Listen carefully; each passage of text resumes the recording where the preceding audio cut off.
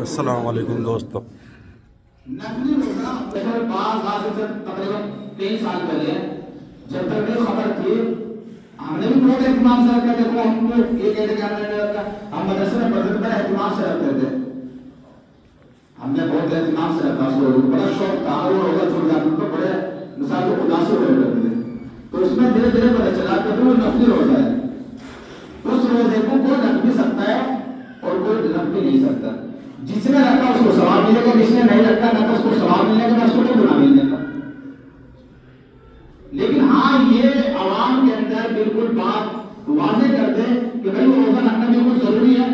باقاعدہ اسٹیج میں اعلان کیا جا رہا, باقاعدہ رات شام کے وقت افطاری میں اعلان کیا جا رہا, باقاعدہ لوگوں کو بتلایا جا رہا کہ آج کا روزہ ہے تمام جو ہے روزہ رکھنا ہے.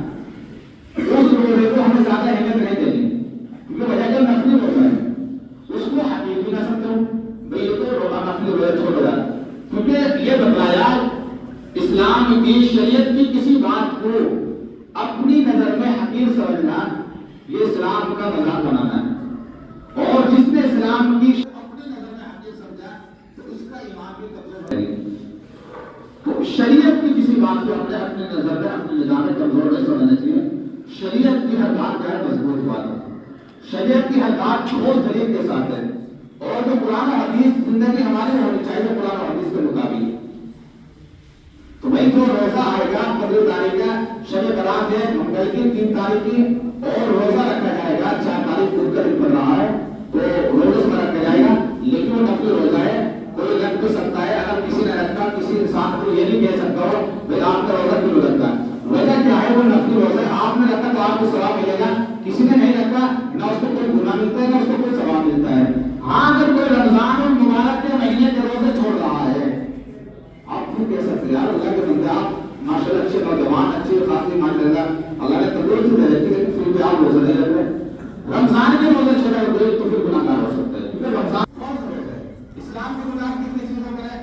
اسلام کی بنیاد 5 چیزوں پر ہے. اب بہت سی جگہ آپ نے دیکھا ہوگا بہت سی جگہ نکاح ہوتا ہے. زیادہ تر نکاح سے پہلے نوجوانوں کو کلمہ پڑھایا جاتا ہے. وہ کیوں پڑھایا جاتا ہے؟ اس کی وجہ کیا ہے؟